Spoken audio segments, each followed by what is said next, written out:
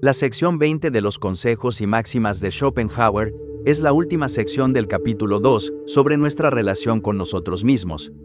Creo que encontrarás que comienza de una manera un poco extraña, con una discusión sobre el ejercicio físico, pero termina con fuerza.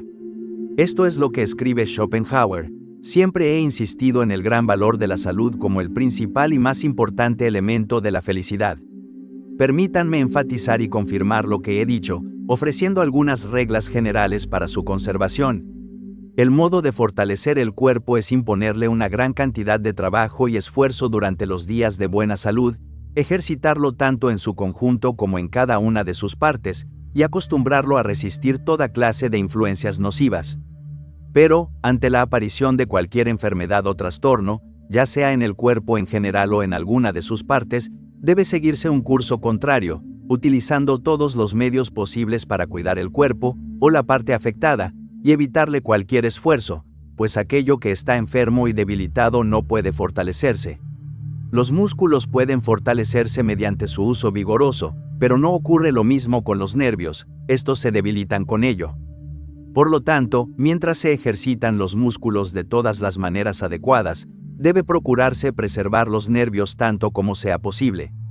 Los ojos, por ejemplo, deben protegerse de una luz demasiado intensa, especialmente cuando es luz reflejada, de cualquier esfuerzo excesivo en la oscuridad o de la observación prolongada de objetos diminutos, y los oídos, de los sonidos demasiado fuertes. Sobre todo, el cerebro nunca debe ser forzado, ni utilizado en exceso, ni en momentos inapropiados, debe descansar durante la digestión, pues entonces la misma energía vital que produce pensamientos en el cerebro tiene mucho trabajo que realizar en otra parte, es decir, en los órganos digestivos, donde prepara el quimo y el quilo. El pesimista alemán sigue diciendo lo siguiente: por razones similares, el cerebro nunca debe someterse a un esfuerzo intelectual durante un ejercicio muscular intenso ni inmediatamente después de él, pues los nervios motores son, en este aspecto, equivalentes a los nervios sensoriales. El dolor que se siente cuando una extremidad resulta herida tiene su asiento en el cerebro, y del mismo modo, no son realmente nuestras piernas y brazos los que trabajan y se mueven, sino el cerebro, o más exactamente, aquella parte de él que, por medio de la médula espinal, estimula los nervios de las extremidades y las pone en movimiento. En consecuencia, cuando nuestros brazos y piernas se sienten fatigados, el verdadero asiento de esa sensación está en el cerebro. Esta es la razón por la cual solo puede surgir una sensación de fatiga en aquellos músculos que se ponen en movimiento de manera consciente y voluntaria, en otras palabras, aquellos cuya acción depende del cerebro, y no ocurre lo mismo con los músculos que trabajan involuntariamente, como el corazón. Es evidente, entonces, que se perjudica al cerebro cuando se le obliga a soportar al mismo tiempo, o con muy poco intervalo entre una y otra, un ejercicio muscular intenso y un esfuerzo intelectual.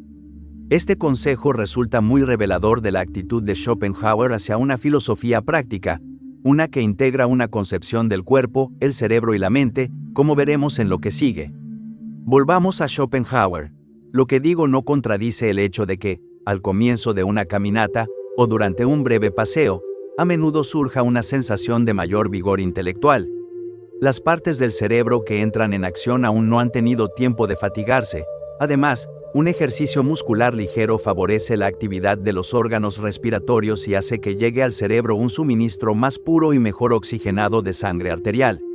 En la siguiente parte de la sección, el pesimista alemán habla de algo que es más que necesario para la buena salud y vitalidad: el sueño. Tal como escribe, es de la mayor importancia permitir al cerebro toda la cantidad de sueño necesaria para restaurarse, pues el sueño es para la naturaleza entera del hombre lo que dar cuerda es para un reloj. Esta cantidad variará en proporción directa al desarrollo y la actividad del cerebro. Excederla es una simple pérdida de tiempo, porque, si se hace, el sueño obtiene tanto en duración como pierde en profundidad. Aquí Schopenhauer añade una interesante nota, que dice: el sueño es una porción de muerte tomada prestada para mantener y renovar la parte de la vida que se agota durante el día. Le sommeil est un emprunt fait à la mort, es decir, el sueño es un préstamo tomado de la muerte. O también podría decirse que el sueño es el interés que debemos pagar sobre el capital que será reclamado en la muerte. Y cuanto más alto sea ese interés y más regularmente se pague, más se pospondrá la fecha del reembolso. Debo decir que me encanta esa nota, la imagen del sueño como el interés que pagamos sobre el capital de nuestras vidas. Cuanto más pagamos a medida que avanzamos, cuanto más dormimos, más tiempo podemos aplazar la fecha de vencimiento de nuestra muerte.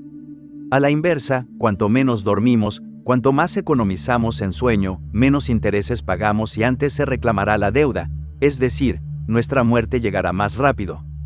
Me parece una imagen magnífica, independientemente de que estemos o no de acuerdo con el consejo práctico. La siguiente sección se titula, El cerebro como órgano, no como alma. Respecto a esta sección, Schopenhauer escribe lo siguiente: debe comprenderse claramente que el pensamiento no es más que una función orgánica del cerebro, y debe obedecer las mismas leyes de esfuerzo y reposo que cualquier otra función orgánica. El cerebro puede arruinarse por exceso de trabajo, exactamente igual que los ojos. Así como la función del estómago es digerir, la del cerebro es pensar. La noción de un alma, como algo elemental e inmaterial, simplemente alojado en el cerebro y que no necesita nada para desempeñar su función esencial, consistente en pensar constantemente e incansablemente, ha llevado sin duda a muchas personas a prácticas insensatas, que terminan embotando sus facultades intelectuales.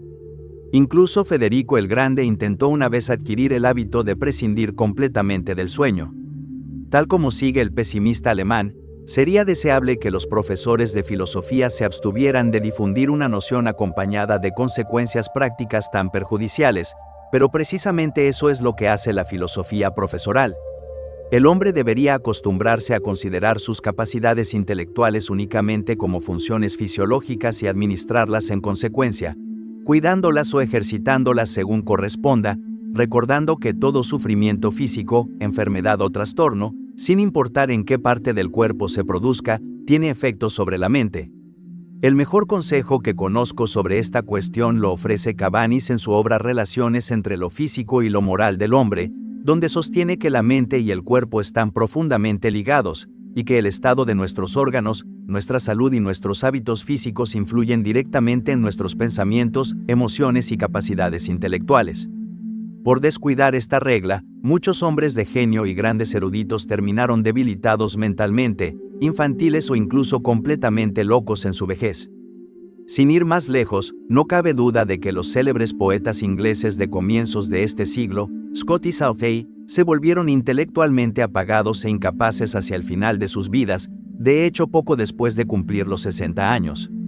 Y que esa decadencia puede atribuirse a que, en esa etapa de la vida, fueron inducidos por la promesa de elevadas ganancias a convertir la literatura en un oficio y escribir por dinero.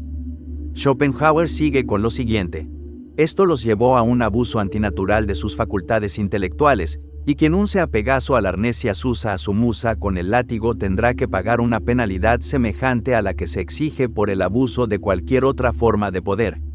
Incluso en el caso de Kant, sospecho que la segunda infancia de sus últimos 4 años se debió al exceso de trabajo durante la última etapa de su vida, después de haber alcanzado la fama. Cada mes del año ejerce una influencia peculiar y directa sobre la salud y la condición corporal en general, e incluso sobre el estado de ánimo. Es una influencia que depende del clima. Considero que aquí aparece con claridad el estilo característico de Schopenhauer. Primero, en su condena de la idea cartesiana del fantasma en la máquina, esa noción de un alma que de algún modo no es fisiológica y, por tanto, no depende del cuerpo.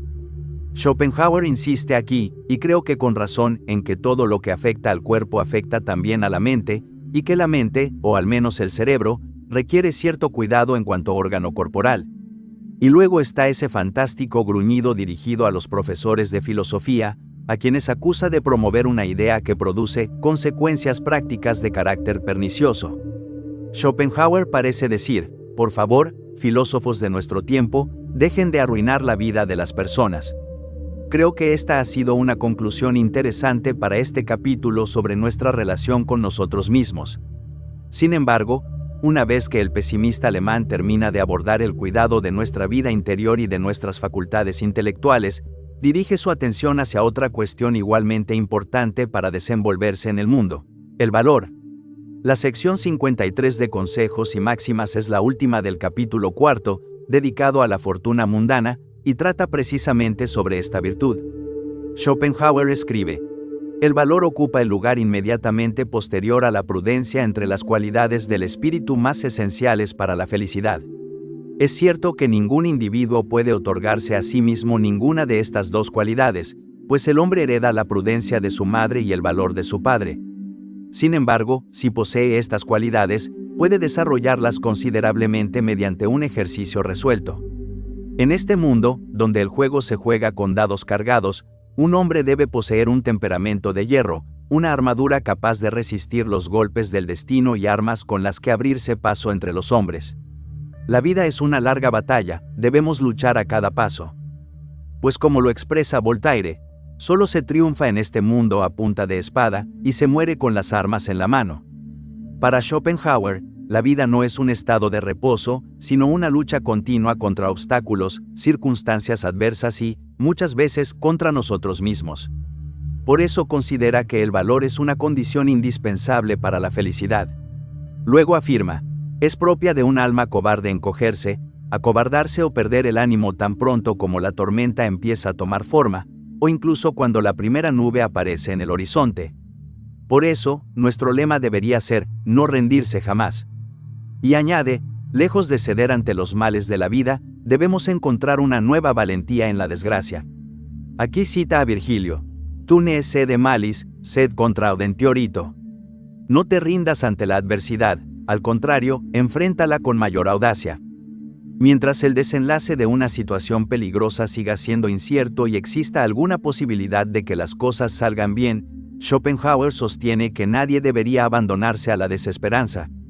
Del mismo modo que no damos por perdido el buen tiempo mientras aún se vea un fragmento de cielo azul, tampoco deberíamos rendirnos mientras exista alguna posibilidad de éxito.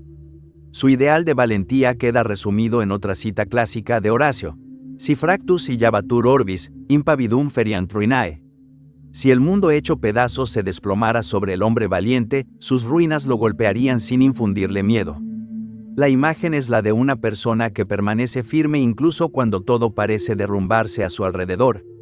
El pesimista alemán concluye esta reflexión afirmando que la vida misma no valdría la pena si hubiera que vivirla temblando constantemente ante las amenazas y las dificultades.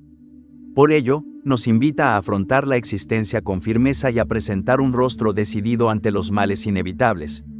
Sin embargo, también advierte que el valor puede llevarse al extremo y convertirse en temeridad. De hecho, considera que cierta cantidad de miedo es necesaria para la supervivencia. Sin miedo, los seres vivos difícilmente podrían conservarse. La cobardía no es más que una exageración de un instinto que, en su medida adecuada, resulta útil. Para explicar esta idea, Schopenhauer recurre a Francis Bacon y a su análisis del llamado terror pánico. Según Bacon, el miedo está presente en todos los seres vivos porque cumple una función protectora. Pero existe una forma particular de miedo que aparece sin una causa claramente identificable. La característica principal de este terror es que no está asociado a ningún peligro concreto, es decir, no se sabe exactamente qué es lo que se teme, más bien presupone que existe una amenaza. Y cuando intenta justificar ese temor, utiliza el propio miedo como prueba de que existe algo que temer. En otras palabras, la sensación de miedo se alimenta a sí misma. No surge porque se haya identificado un peligro real, surge primero el miedo y luego la mente busca razones para explicarlo. Esta descripción resulta sorprendentemente cercana a lo que hoy llamaríamos ansiedad, una sensación de amenaza difusa, sin objeto claramente definido, que persiste incluso cuando no existe evidencia clara de un peligro. Así concluye la sección 53 y con ella, el cuarto capítulo de Consejos y Máximas. La enseñanza central de Schopenhauer es que la vida exige resistencia. Mientras exista alguna posibilidad de éxito, por pequeña que sea, no debemos rendirnos. El miedo forma parte natural de la condición humana, pero no debe gobernarnos. El valor no consiste en no sentir miedo, consiste en no permitir que el miedo decida por nosotros. Frente a la incertidumbre, la desgracia o el peligro, la actitud adecuada es seguir avanzando con firmeza, sin abandonar la lucha antes de tiempo. Pero ¿qué ocurre cuando no nos enfrentamos al miedo, sino a la incertidumbre de nuestros propios planes? ¿Cómo debemos actuar cuando el futuro es imposible de prever y nuestros cálculos pueden fracasar? El pesimista alemán aborda esta cuestión en otro pasaje de Consejos y Máximas. Esto es lo que escribe: reflexiona de manera madura y repetida sobre cualquier plan antes de llevarlo a cabo, y aun después de haberlo examinado cuidadosamente desde todos los ángulos, haz alguna concesión a la incompetencia del juicio humano. Porque siempre puede ocurrir que circunstancias imposibles de investigar o prever aparezcan y arruinen por completo todos tus cálculos. Esta reflexión inclinará siempre el lado negativo de la balanza, una especie de advertencia para abstenerse de acciones prescindibles en asuntos importantes, quieta non movere, es decir, no mover lo que está tranquilo. Pues como continúa, no te atormentes con dudas posteriores, pero una vez que hayas tomado una decisión y hayas comenzado tu tarea, debes dejar que siga su curso y aceptar el resultado. No te obsesiones con nuevas reflexiones acerca de lo que ya has hecho ni renueves tus escrúpulos respecto a posibles peligros. Libera por completo tu mente de ese asunto y rehúsa volver a examinarlo, seguro de que le dedicaste una reflexión madura en el momento adecuado. Este es el mismo consejo que ofrece un proverbio italiano: legala bene, e poi lasciala andare, que Goethe tradujo así: asegura bien las cinchas y luego cabalga con valentía. El proverbio italiano parece significar algo como: átalo bien y luego déjalo seguir su curso. En otras palabras, no te dediques a cuestionarte de modo constante. Debes planificar y calcular en el momento apropiado, y luego ejecutar el plan cuando llega la hora de actuar. No quedes atrapado en un remolino de dudas, inseguridad y reconsideraciones interminables. Y si, a pesar de todo, fracasas, es porque los asuntos humanos son el juguete del azar y del error. Sócrates, el más sabio de los hombres, necesitaba la voz de advertencia de su buen genio, o daimon, para saber cómo actuar correctamente en sus asuntos personales o, al menos, para evitar errores. Lo cual demuestra que el intelecto humano es insuficiente para ese propósito. Esta es una observación interesante. El mismo Sócrates confiaba en una especie de consejero divino para guiar su conducta y evitar errores graves. Esto sugeriría que incluso su razón, por sí sola, no bastaba para garantizar decisiones correctas. Y podemos extraer una lección de ello. Si el hombre más sabio necesitaba ayuda para orientarse adecuadamente, no deberíamos esperar alcanzar por nuestras propias fuerzas una sabiduría perfecta ni un éxito completamente libre de errores. Para concluir, en Consejos y Máximas, Schopenhauer nos enseña: existe un dicho, que se atribuye a uno de los papas, según el cual, cuando nos sobreviene una desgracia, al menos una parte de la culpa nos corresponde a nosotros mismos. Si esto no es absolutamente cierto en todos los casos, sí lo es en la gran mayoría de ellos.